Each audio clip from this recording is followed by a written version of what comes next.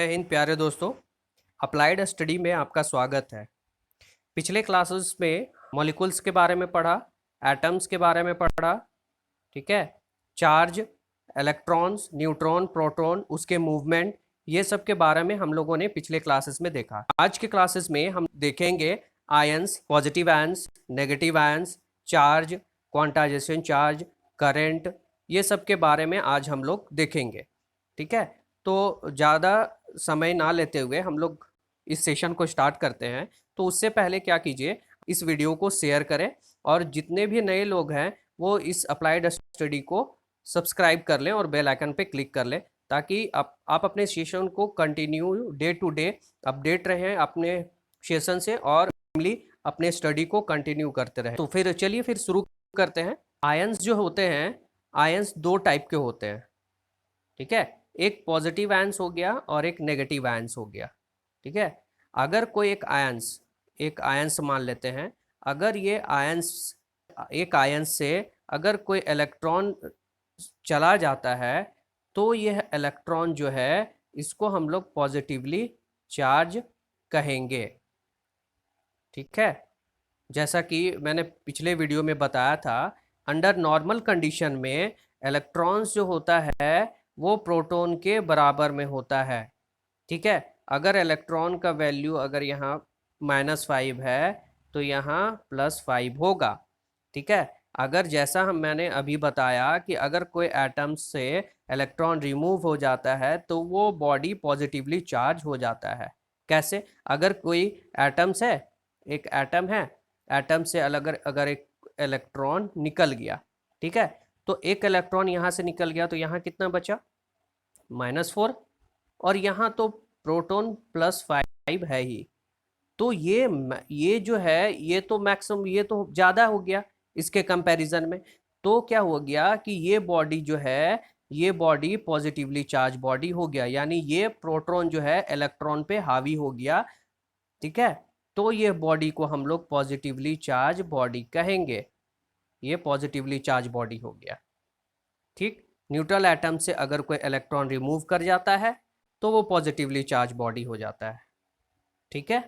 और इसके एग्जाम्पल दो हैं, एक देख लीजिए यहाँ पर, एक इलेक्ट्रॉन +2 पावर में +2 और एक इलेक्ट्रॉन +5, ठीक है। और हम लोग नेक्स्ट में देखते हैं नेगेटिव आयंस के बारे में, अभी हम लोग देखेंगे, ठीक है। ये है आपका नेगेटिव आयंस, ठीक। अगर कोई न्यूट्रल एटम है और न्यूट्रल एटम में अगर कोई इलेक्ट्रॉन आके ऐड हो जाता है तो वह बॉडी जो है वो नेगेटिवली चार्ज बॉडी हो जाएगा। कैसे? अगर कोई एक एटम है, इसमें आके कोई इलेक्ट्रॉन ऐड हो गया तो हुआ क्या कि इलेक्ट्रॉन, पहले हम लोग एक एग्जांपल ले लेते हैं। अगर कोई इलेक्ट्रॉन नॉर्मल कंडीशन में इलेक्ट्रॉन इक्वल टू प्रोटॉन रहता है, ठीक है। तो जैसे ही इसमें इलेक्ट्रॉन ऐड होता है, इसमें इलेक्ट्रॉन आके ऐड हुआ तो इलेक्ट्रॉन का वैल्यू क्या हो गया? इलेक्ट्रॉन तो बढ़ गया, पहले 5 था अब ये 6 हो गया, और प्रोटॉन तो वही है, 5 का 5 है, लेकिन इलेक्ट्रॉन यहाँ पे ज़्यादा हो गया, इलेक्ट्रॉन एक्सेस इलेक्ट्रॉन हो गया। तो एक्सेस इलेक्ट्रॉन हो गया, अब ये इलेक्ट्रॉन इस प्रोटॉन में हावी हो गया, तब ये बॉडी जो है वो इसकी बात सुनेगी, यानी ये जो बॉडी हो गया वो नेगेटिवली चार्ज बॉडी हो गया, सॉरी,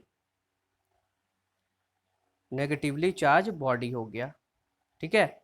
इसमें अगर सिंपल वर्ड में बोले हम लोग, एक न्यूट्रल एटम है, ठीक है, और अगर एक न्यूट्रल एटम में अगर कोई इलेक्ट्रॉन आके ऐड होता है तो वो बॉडी जो है वो नेगेटिवली चार्ज बॉडी हो जाता है, ठीक है। तो ओवरऑल हम लोग एक कंक्लूजन में पहुंचे कि अगर कोई न्यूट्रल बॉडी है, न्यूट्रल बॉडी में अगर एक कोई न्यूट्रल बॉडी है, न्यूट्रल बॉडी से अगर इलेक्ट्रॉन निकल जाता है तो वो बॉडी जो है वो पॉजिटिवली चार्ज बॉडी हो जाती है, ठीक है। और दूसरी तरफ अगर कोई एक एटम है, एटम में अगर कोई इलेक्ट्रॉन आके ऐड हो जाता है, ठीक है, तो वो बॉडी जो है वो नेगेटिवली चार्ज बॉडी हो जाती है। समझ गए? आगे चलते हैं हम लोग, ठीक है। एक एटम जो है वो आयन तब बनता है जब इलेक्ट्रॉन या तो उसमें ऐड होता है या तो उससे रिमूव होता है। न्यूट्रल एटम ले लिए, अगर कोई न्यूट्रल एटम है, न्यूट्रल एटम में अगर इलेक्ट्रॉन ऐड हो रहा है तो वो नेगेटिवली चार्ज बॉडी हो गया, अगर इलेक्ट्रॉन उस एटम से रिमूव हो रहा है तो वो पॉजिटिवली चार्ज बॉडी हो गया। आगे चलते हैं। इलेक्ट्रिक करंट, करंट क्या है? The rate of flow of charge is called electric current, या the rate of flow of electron in a definite direction is called electric current, या the rate of free electron और charge in a definite direction is called electron. कहने का मतलब ये है कि electron के फ्लो करने का दर जो है किसी एक डेफिनिट डायरेक्शन में, उसको हम लोग इलेक्ट्रिक करंट कहेंगे। अगर कोई इलेक्ट्रॉन किसी एक डिफिनिट डायरेक्शन में, एक पर्टिकुलर डायरेक्शन में अगर फ्लो कर रहा है तो उसको हम लोग करंट कहेंगे। या तो फिर ये हम लोग दूसरी तरफ ये देख सकते हैं, अगर कोई एक फ्री इलेक्ट्रॉन या चार्ज किसी डिफिनिट डायरेक्शन में अगर फ्लो कर रहा है तो उसको हम लोग इलेक्ट्रिक करंट कहेंगे। ठीक है, यहाँ देखिए इस फिगर से हम ये समझाना चाह रहे हैं आपको कि ये हो गया आपका एक सोर्स, ये बैटरी हो गया, ये पॉजिटिव हो गया और ये नेगेटिव हो गया। ठीक है, यहाँ से करंट फ्लो होना स्टार्ट हो रहा है। जैसे ही ये एक मेटेलिक बॉडी है, जैसे ही इसमें हम लोग सप्लाई दिए, करंट हम लोग इसमें अप्लाई किए, तो करंट जो है यहाँ से यहाँ ऐसे ये इस डायरेक्शन में फ्लो कर रहा है। ठीक है, लेकिन इलेक्ट्रॉन जो है इसके जस्ट अपोज कर रहा है। तो इलेक्ट्रॉन जो है क्यों उधर फ्लो कर रहा है? तो देखेंगे कि इलेक्ट्रॉन में जो है वो नेगेटिव चार्ज होता है। ठीक है, और कभी भी जो है वो अपोजिट पोलैरिटी के जो लोग होते हैं वो एक दूसरे को अट्रैक्ट करते हैं। ठीक है, जैसे ये इलेक्ट्रॉन जो है नेगेटिवली चार्ज है और यहाँ जो है यहाँ पॉजिटिवली चार्ज है, तो ये इलेक्ट्रॉन जो है ये इलेक्ट्रॉन पॉजिटिव चार्ज की ओर आएगा। ये इलेक्ट्रॉन जो है ये पॉजिटिव चार्ज की ओर आएगा। और करंट जो है, करंट तो खुद में ही जो है ये पॉजिटिव है, तो करंट जो है वो नेगेटिव की तरफ जा रहा है, ये नेगेटिव की तरफ जा रहा है। तो पहला तो ये जो हम लोग यहाँ देखें कि करंट क्या है, तो करंट ये होता है the rate of flow of electron in a definite direction is called electric current. और करंट किधर फ्लो कर रहा है? ठीक है, ये हम लोग यहाँ पर देखें, कोई एक कॉपर का स्ट्रिप है, उसमें पहले से ही बहुत सारे फ्री इलेक्ट्रॉन्स रहते हैं।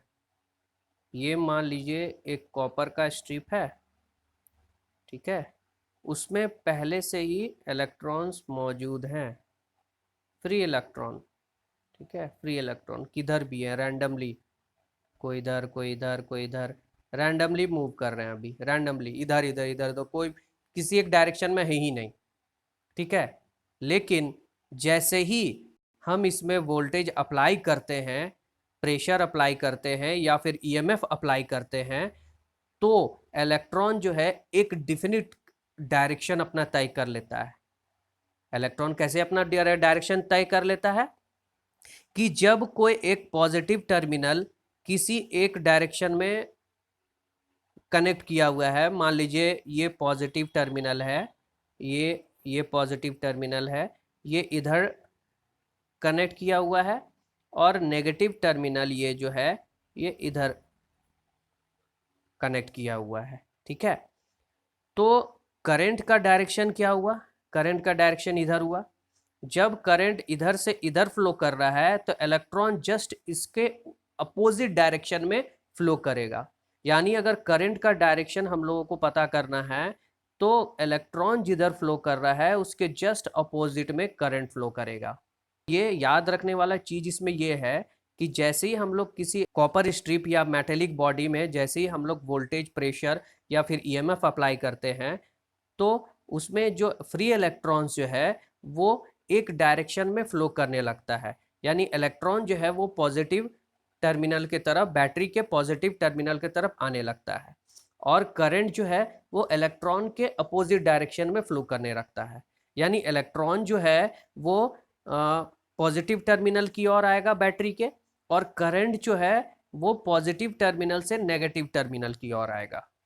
यहाँ देखिए, यहाँ एक फॉर्मूला लिखा हुआ है I is equal to D Q by D T, जहाँ पे I जो है वो इंस्टेंटेनियस करंट। इंस्टेंटेनियस करंट बोलने का मतलब क्या है, ये तुरंत तुरंत का करंट, यानी तात्क्षणिक करंट, मतलब अभी का तुरंत। ठीक है, I is equal to D Q by D T जो है rate of change of current. I is equal to D Q by D T rate of change of current है। ठीक है, नेक्स्ट जो फॉर्मूला है वो I is equal to Q by T. Q को हम लोग जो है वो चार्ज से दिखाते हैं और टी को जो है वो सेकंड से दिखाते हैं। ठीक है, और क्यू जो है, क्यू क्यू का जो यूनिट होता है वो कूलाम होता है, कूलाम। ठीक है, तो इसलिए क्यू को हम लोग कूलाम सी से दिखाएं और टी जो है वो सेकंड से ही दिखाएं। तो करंट का जो यूनिट हो गया वो कूलाम पर सेकंड हो गया, कूलाम पर सेकंड। पहला तो यूनिट जो होता है वो आई, करंट का जो होता है वो एम्पियर होता है, और दूसरा यूनिट जो हो गया वो कूलाम पर सेकंड हो गया।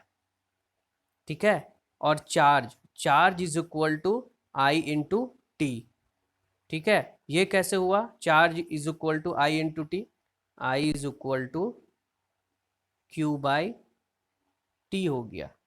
ठीक, अगर कोई पूछे कि क्यू हमको बताओ, चार्ज बताओ कि चार्ज क्या होगा, तो क्यू इधर आ जाएगा, टी वैसे ही रहेगा और आई हो जाएगा। ठीक है, तो इसको हम लोग लिख सकते हैं Q is equal to I into T, लिख सकते हैं ना। तो यहाँ पर Q यानी चार्ज का जो हो गया, चार्ज का जो यूनिट हो गया वो हो गया एम्पियर पर सेकंड, करंट का हो गया एम्पियर और टाइम का हो गया सेकंड, यानी चार्ज का जो यूनिट हो गया एम्पियर पर सेकंड हो गया। ठीक, करंट का यूनिट क्या हो गया, करंट का यूनिट हो गया एम्पियर, दूसरा यूनिट हो गया आपका कूलाम पर सेकंड, करंट का ही दूसरा यूनिट हो गया कूलाम पर सेकंड। ठीक, और चार्ज का यूनिट हो गया एम्पियर पर सेकंड। ठीक है, चलते हैं, इलेक्ट्रिक करंट का यूनिट जो होता है वो होता है एम्पियर। ठीक है, और इलेक्ट्रिक करंट का दूसरा यूनिट जो होता है वो कूलाम पर सेकंड। एक यूनिट हो गया आई इज इक्वल टू एम्पियर हो गया। ठीक है, और दूसरा जो हो गया करंट का वो हो गया आपका कूलाम पर सेकंड। चार्ज का आपका हो गया Q, चार्ज का हो गया Q is equal to I into T होता है। तो करंट का हो गया क्या, करंट का यूनिट एम्पियर और T का सेकंड, तो Q का यूनिट हो गया एम्पियर सेकंड। ठीक है, और Q को हम लोग किस चीज़ से डिनोट करते हैं, Q को हम लोग करते हैं कूलाम से। करंट जो होता है वो स्केलर क्वांटिटी होता है, करंट को हम लोग स्केलर क्वांटिटी में लेते हैं, स्केलर में करंट हमेशा स्केलर क्वांटिटी होता है, क्योंकि ये वेक्टर रूल्स को फॉलो नहीं करता। करंट वेक्टर रूल को कभी फॉलो नहीं करता, इसलिए ये करंट जो है वो स्केलर क्वांटिटी है। अगर कभी क्वेश्चन में आए कि करंट किस क्वांटिटी में आता है, तो हमेशा टिक मारिएगा, करंट जो है वो हमेशा स्केलर में आता है, स्केलर क्वांटिटी में आता है, करंट की बात करें तो। नेक्स्ट देखिए, करंट डेंसिटी की बात करेंगे। ठीक है, पहले तो हम लोग जानेंगे कि डेंसिटी क्या है, डेंसिटी को कैसे समझेंगे। डेंसिटी यानी घनत्व हो गया, ये कोई एक कंडक्टर है, कंडक्टर क्रॉस सेक्शनल एरिया है, ये इसमें इस तरह का इलेक्ट्रॉन है। ठीक है, इस तरह का इलेक्ट्रॉन है, और एक जो है दूसरा कंडक्टर सेम साइज का, उसमें ये, इसमें आप देखिएगा इसका घनत्व यानी घनापन ज़्यादा है और इसका घनापन कम है। ठीक है, जिस कंडक्टर में बहुत ज़्यादा घना है वो मैक्सिमम डेंसिटी हो गया, और ये जिसमें कम है वो मिनिमम डेंसिटी हो गया। यानी डेंसिटी यानी घनत्व, घनत्व की बात हम लोग कर रहे हैं, ये ज़्यादा घना ये कम घना।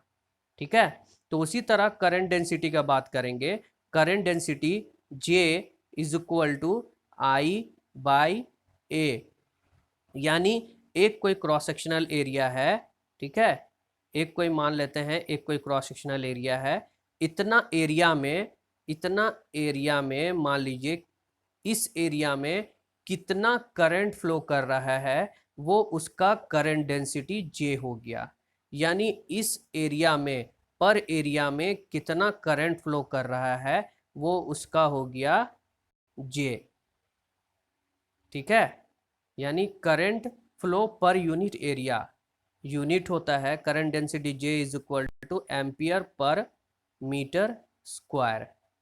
ये कैसे हुआ? तो करंट का फॉर्मूला, करंट डेंसिटी का फॉर्मूला क्या हो गया? J is equal to I by A, current का क्या हो गया? एम्पियर, और एरिया हो गया मीटर स्क्वायर। तो इसलिए करंट डेंसिटी का जो यूनिट हो गया एम्पियर पर मीटर स्क्वायर हो गया। करंट का क्या हुआ? करंट का केवल एम्पियर, लेकिन करंट डेंसिटी का हो गया एम्पियर पर मीटर स्क्वायर, यानी 1 मीटर स्क्वायर एरिया में कितना करंट फ्लो कर रहा है वो हो गया करंट डेंसिटी, और करंट केवल फ्लो कर रहा है उसको हम लोग आई से दिखाते हैं, ठीक है, समझ गए करंट डेंसिटी क्या होता है। अच्छा, दूसरा हम लोग देखेंगे, करंट जो होता है वो डायरेक्टली प्रोपोर्शनल होता है फाई के, यानी जितना ज्यादा करंट उतना ज्यादा फ्लक्स, ठीक है, यानी जितना करंट हम लोग देते जाएंगे उतना ज्यादा फ्लक्स हम लोगों का होगा। जो बताया था मैंने, करंट का क्या था? स्केलर, स्केलर होता है, और फ्लक्स जो होता है, फ्लक्स जो होता है वो होता है वेक्टर, वेक्टर, ठीक। तो इस हिसाब से करंट डेंसिटी जो हो गया, करंट डेंसिटी को हम लोग जो है वो वेक्टर लेंगे, वेक्टर लेंगे, केवल करंट ही है जो वो स्केलर होगा, बाकी फ्लक्स हो गया, फ्लक्स जो हो गया वो वेक्टर क्वांटिटी हो गया, ठीक है। तो यहाँ ये देख सकते हैं हम लोग कि current, current is directly proportional to flux, ठीक है, करंट, करंट यहाँ जो है स्केलर है, लेकिन फ्लक्स जो है यहाँ वेक्टर है, ठीक है, इसका जस्ट अपोजिट, करंट के जस्ट अपोजिट यहाँ पे हो गया, लेकिन करंट डेंसिटी जो हो गया, करंट डेंसिटी भी हम लोग वेक्टर मानेंगे, यानी करंट डेंसिटी और फ्लक्स जो है वो वेक्टर में आएगा, और केवल करंट जो है वो स्केलर में आ गया, ठीक है।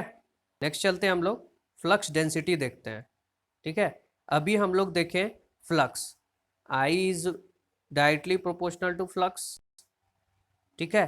फ्लक्स डेंसिटी, जिस तरह करंट डेंसिटी होता था J is equal to current flow per unit area, वो हो गया उसका करंट डेंसिटी।